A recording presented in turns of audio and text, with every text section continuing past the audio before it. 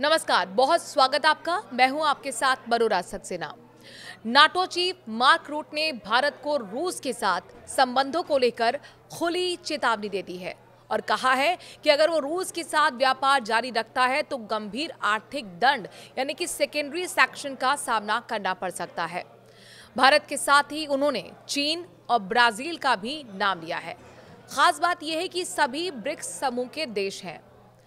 हालांकि अब सवाल यह है कि भारत का इस पर क्या रिएक्शन होगा, भारत नाटो को किस तरीके से जवाब देगा। देखिए, जो एक्सपर्ट्स हैं वो ये मानते हैं कि भारत की एक अपनी पॉलिसी रही है। वो पॉलिसी ये रही है कि किसी भी देश के कहने पर किसी दूसरे देश के साथ उसके संबंध उस लिहाज से तय नहीं होते हैं।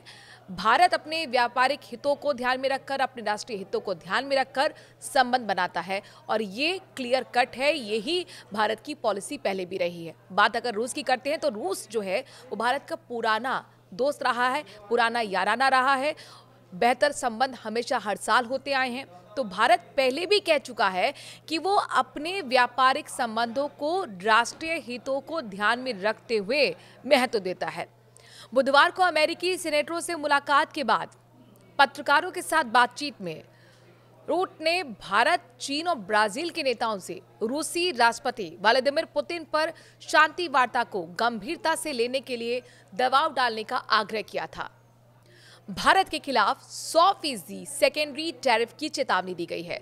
रूट ने कहा कि अगर आप चीन के राष्ट्रपति, भारत के प्रधानमंत्री या ब्राजील के राष्ट्रपति हैं और रूस के साथ व्यापार करना और उनका तेल और गैस खरीदना जारी रखते हैं तो आपको पता होना चाहिए, अगर मास्को में बैठा व्यक्ति शांति वार्ता को गंभीरता से नहीं लेता है तो मैं 100% सेकेंडरी प्रतिबंध लगा दूंगा।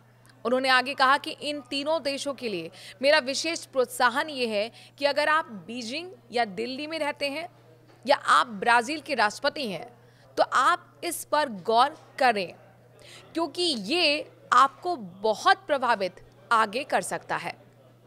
पुतिन से बात करने की अपील भी की गई है। रूट ने भारत और दोनों देश यानी कि जो अन्य देश हैं चीन और ब्राजील के नेताओं से पुतिन से शांति वार्ता करने के लिए सीधे तौर पर आग्रह करने की अपील की है। उन्होंने कहा है कि प्लीज व्लादिमीर पुतिन को फोन करें और उन्हें बताएं कि उन्हें शांति वार्ता को लेकर गंभीर होना होगा, वरना इसका ब्राजील और भारत और चीन पर बड़े पैमाने पर असर होगा। नाटो चीफ की टिप्पणी के एक दिन पहले ही आपको याद होगा कि अमेरिकी राष्ट्रपति डोनाल्ड ट्रंप ने रूस और उसके व्यापारिक साझेदारों के खिलाफ 100% सेकेंडरी टैरिफ लगाने की घोषणा की थी। अब इसके साथ ही व्हाइट हाउस ने नाटो के माध्यम से यूक्रेन को नए हथियारों की सप्लाई की मंजूरी भी दी थी। व्हाइट हाउस ने बताया कि ट्रंप की योजना में पैट्रियट मिसाइल सिस्टम जैसे खतरनाक हथियार भेजना शामिल है। कीव इन हथियारों को रूसी हवाई हमलों का मुकाबला करने के लिए महत्वपूर्ण मानता है। अब सवाल यह है कि क्या नाटो भी कुल मिलाकर ट्रंप की राह पर चल पड़ा है, लेकिन यहाँ सीधा सीधा भारत का जवाब यही रहने वाला है कि हम किसी के कहने पर दूसरे देश के साथ व्यापारिक हित कैसे रहेंगे, कैसे संबंध रहेंगे, उस पर तय नहीं करते। हम अपने राष्ट्रीय हितों को ध्यान में रखकर ही संबंध बनाते हैं। आखिरकार इस पूरे मसले को आप किस तरीके से देखते हैं? किस तरीके से नाटो को जवाब भारत को देना चाहिए? कमेंट के जरिए अपनी राय जरूर रखें। नमस्कार।